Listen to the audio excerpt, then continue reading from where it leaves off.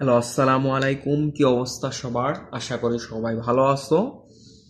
আমরা জটিল সংখ্যার মডুলাস এবং আর্গুমেন্টটা দেখতেছিলাম।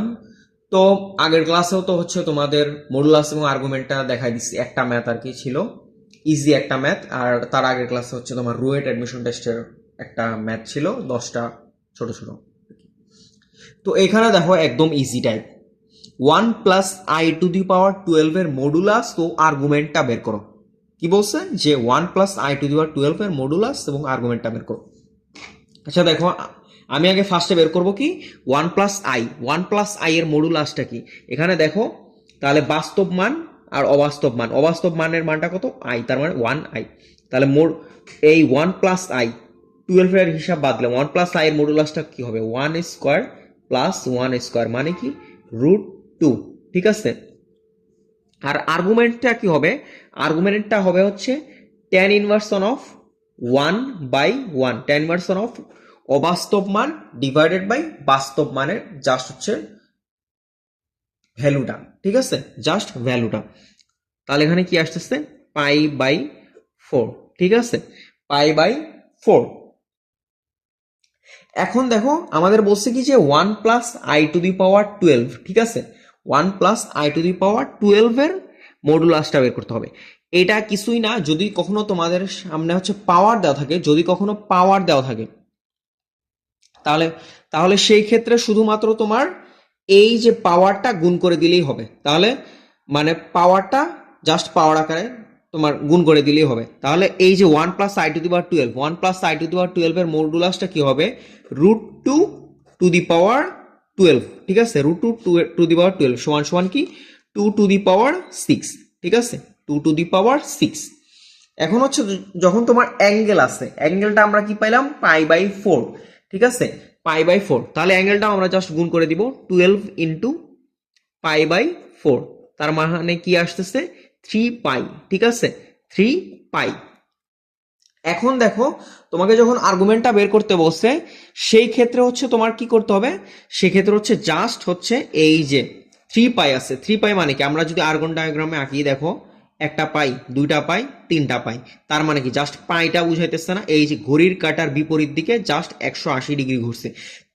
তিনবার যে ঘুরলো, এই যে একবার, দুইবার, তিনবার ঘোরা মানে কি? জাস্ট একবারই ঘোরা। তার মানে আমাদের আর্গুমেন্টটা কি হবে? আর্গুমেন্টটা শুধুমাত্র হবে পাই। ঠিক আছে, তাহলে আমরা এই যে এখানে লিখে ফেলি, আর্গুমেন্টটা শুধুমাত্র পাই, যে রেড কালার দ্বারা মার্ক করে ফেলি।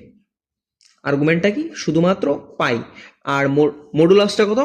2⁻6। ঠিক আছে, মডুলাসটা 2⁻6।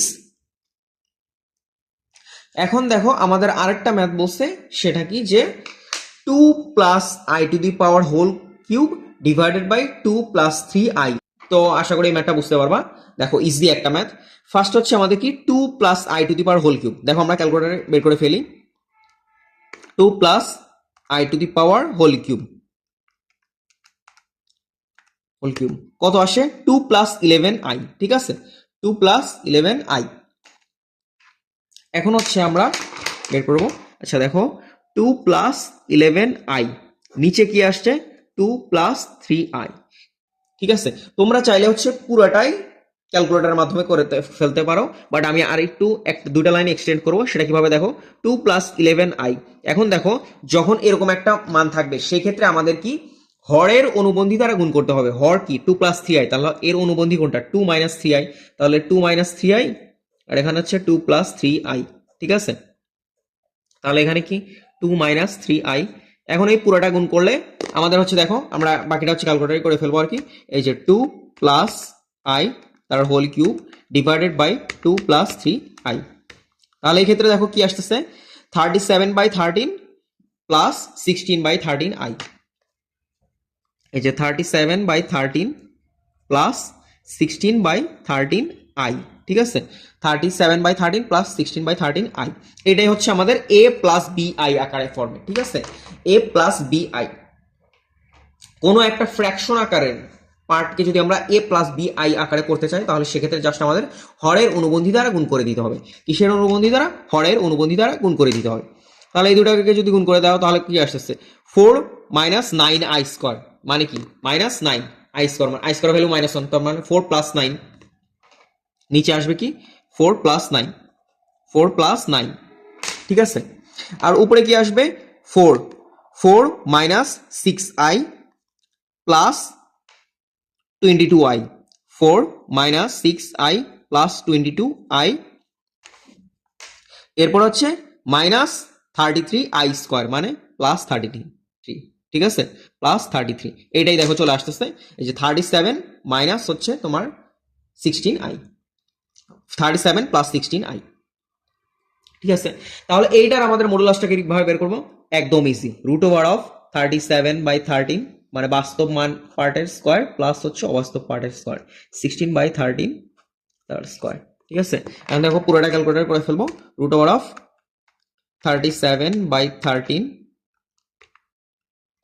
তার হোল স্কোয়ার প্লাস 16/13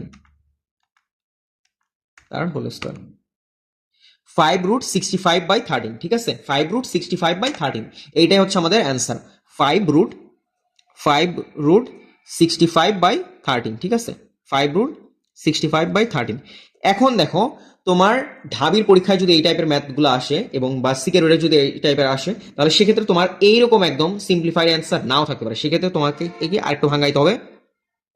তাহলে 5√65 কে লেখা যায় 5 × 13, আর এখানে তোমার 13 কে লেখা যায় √13 × √13, ঠিক আছে।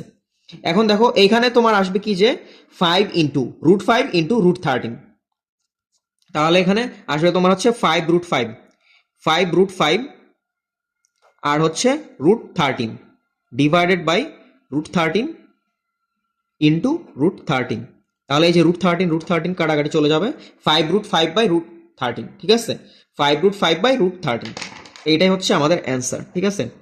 এই যে 5√5/√13, এটা হচ্ছে আমাদের এই যে মডুলাসটা জাস্ট বের করতে বলছে, মডুলাসটা। আর সামনে আগের ম্যাথটাও কি ছিল, সেম 18 নম্বর ম্যাথটাও একদম ইজি টাইপের একটা ম্যাথ ছিল, 1 + i⁻12 এর মডুলাস এবং আর্গুমেন্ট। সেই ক্ষেত্রে আমাদের করতে হবে কি, জাস্ট নর্মাল তুমি 1 + i এর মডুলাসটা বের করো, আর্গুমেন্টটা বের করো।